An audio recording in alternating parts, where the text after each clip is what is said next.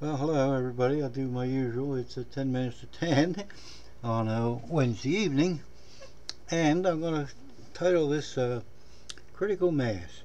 And by that I mean the last straw that broke the camel's back, the last car that went over a rusty bridge and the bridge collapsed, like our present infrastructure.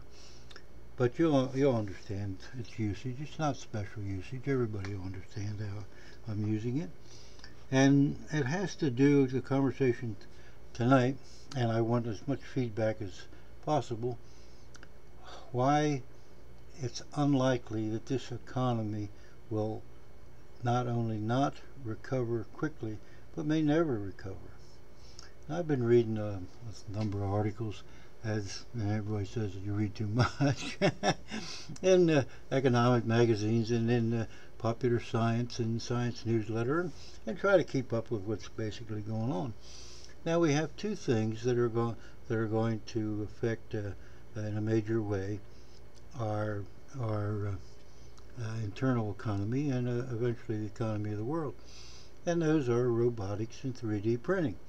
Now everybody knows me, has heard them, so I won't bother explaining why, and I won't try to explain the very last thing that 3D printers do, or the fact that we're way behind in the world in the use of robotics. The Japanese are the leaders in the field, and they use much more robotics than we do.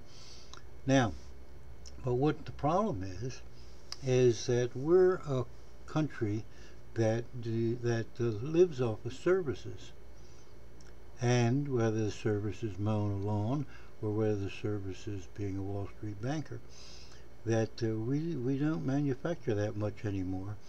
And what's happening is all around the world, the manufacturing that is going on is going to the countries that have obviously the cheapest labor force. Now, I've read the most radical article, and it was pretty good science behind it that estimates that by 2025, as much as 47% of the manual labor jobs will be lost to these two technologies, 3D printing and robotics. Now, it's always been the case that new technologies have provided us with additional labor, with additional jobs, and more unique things, and more demand for those unique things. Well, even though the demand is increasing, and I've always, you heard me talk so much about the great market that Africa will be, and the great market that the Chinese middle class will present.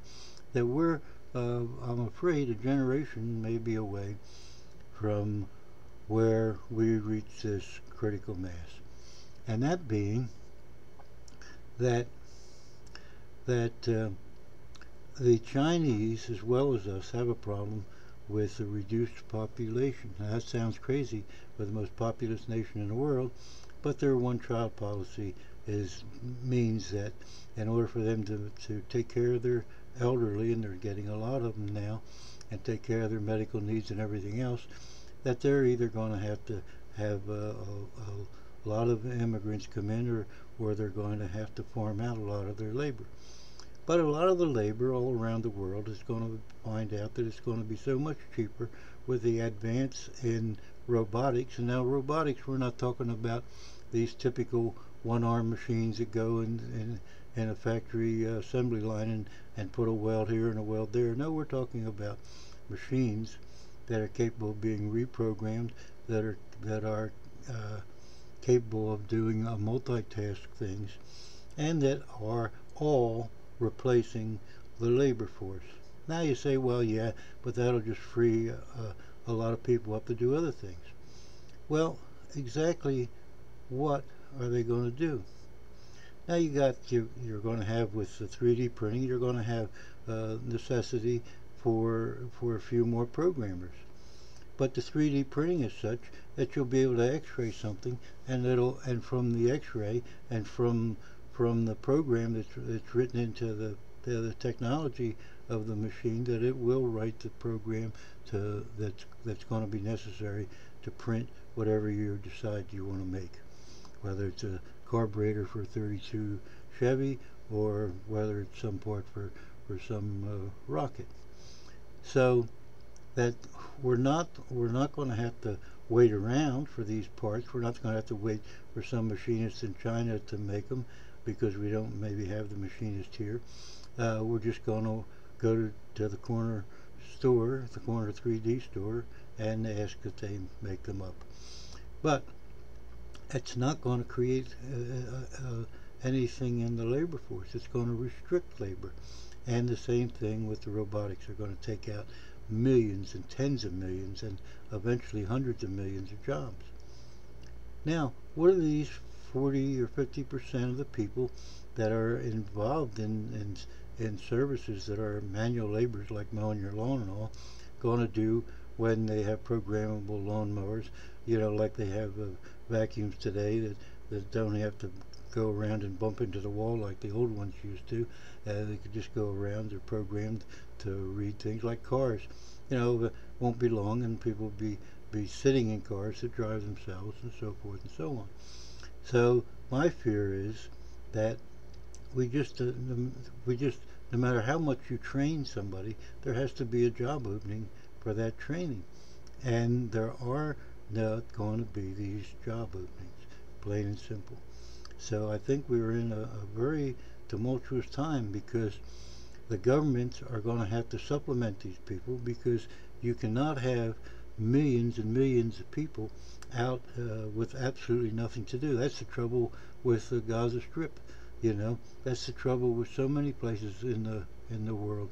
That's the trouble we're having with the invasion from Africa and so forth in the Middle East into Europe. There just aren't the jobs there that are necessary to keep these people afloat. And we're going to have to do something with them because you cannot have hundreds of millions of people that are not going to sit there and watch their kids starve because they can't get employment. So we're going to be in for some very tumultuous times. And you say, oh, well, we've always worked our way through it. But we've always had a new technology that created jobs rather than replace them. And we are certainly going to be replacing a great many jobs. And, well, we'll see now. We say the unemployment's down to 6.8% or whatever they're claiming. And that's because when a person's done with their unemployment, they just assume that they're out of the job market and they're no longer counted. We probably have 10 or 12% unemployment now. At the height of the Depression, we had 25%. So we can see that number rise and continue to rise. And what's it going to do? It's going to increase because we have to take care of these people somehow. We cannot let them starve because they will be in the streets and they will be shutting down the entire economy. So we have to come up with government programs. Well, where does the government get the money? Here comes the crux of the whole problem. That now the figures on this are so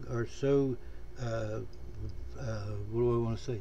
They're so out of whack with each other. But the lowest figures that I'm going to tell you are still put us in a terrible position. Now, from this called the Boston Consulting Group, they argue that our national debt isn't like $17 trillion because we have obligations, and those obligations must be added to the debt, that our total debt runs around 152 trillion. Now, other organizations argue that our total debt might be as great as 200 trillion. Well, why is that a problem? I'll tell you why. Because a number of organizations have tried to value the value of all things in the world, from well, anything you want to talk, from precious metals to property, to housing, to automobiles, to jets, to figure in everything, to businesses, to warehouses, etc. And that they say at the maximum in the entire in the entire world is only worth $223 trillion. And that's the highest that any of these people estimate. So our national debt, now if they take the higher number, that is $220 trillion that we owe, and we're talking about what we not merely owe to other countries for buying treasuries, but we're talking about what our pension plans are going to owe, what we owe to Medicare and Medicaid, and what our obligations are to the elderly and to the poor and so forth and so on. So that if our national debt is as great as all the wealth in the world, if everybody sold everything they ever owned and everything that everybody else owns, their neighbors and all that, that they would be able to pay off the national debt that we have. All right. Now, what's the problem with that? Well, the problem is Europe has debt. Any country in the world, even China, has debt because of their obligations to their elderly, to their healthcare systems, and all that. Now, this is going to cause tremendous down the road, and not that far, I don't think, hyperinflation. And no matter who holds what, it might be a good time to hold precious metals. No matter who holds what, we're still going to find out that we're in debt. Now, for a while there, the country between about 2009 and 10 and 11 was just starting to pay down their credit card debt. Now we have as much credit card debt as we ever had. People now are again living beyond their means.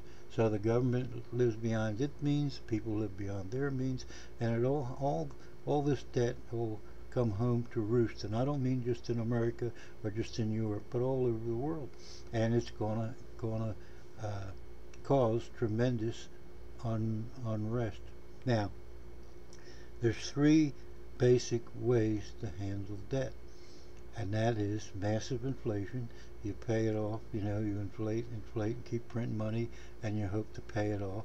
Well, that won't work in this case, simply because when we print the money, we have to have someone assume the responsibility for that and assume the debt for it, whether it be the Federal Reserve or whoever. Someone is assuming more debt, or we can go to war. Now, that's got us out of the depression, because then everybody has a job, and they can either going out killing everybody else or going out and working in machinery and stuff to produce war weapons to go kill somebody else. That's not a solution. That's a horrendous way to look at it. And the third is they can just default, say, we don't owe anybody anything. Argentina did it. A whole bunch of South American countries have done it. Greece almost did it. Cyprus almost did it. Spain, Portugal. So we are in a position now where the government, in my opinion, must provide more and more programs to satisfy these people that will be unemployable, no matter how you educate them. There aren't enough positions that you can educate them for to fill that aren't already filled, so that we have to provide them with sustenance. The only way to do that, again, is to collect more taxes to cover it and go further in debt. So my question to you is, do you think, how in the world do you think we can ever resolve this short of default? If we default, then the whole system of cards collapses.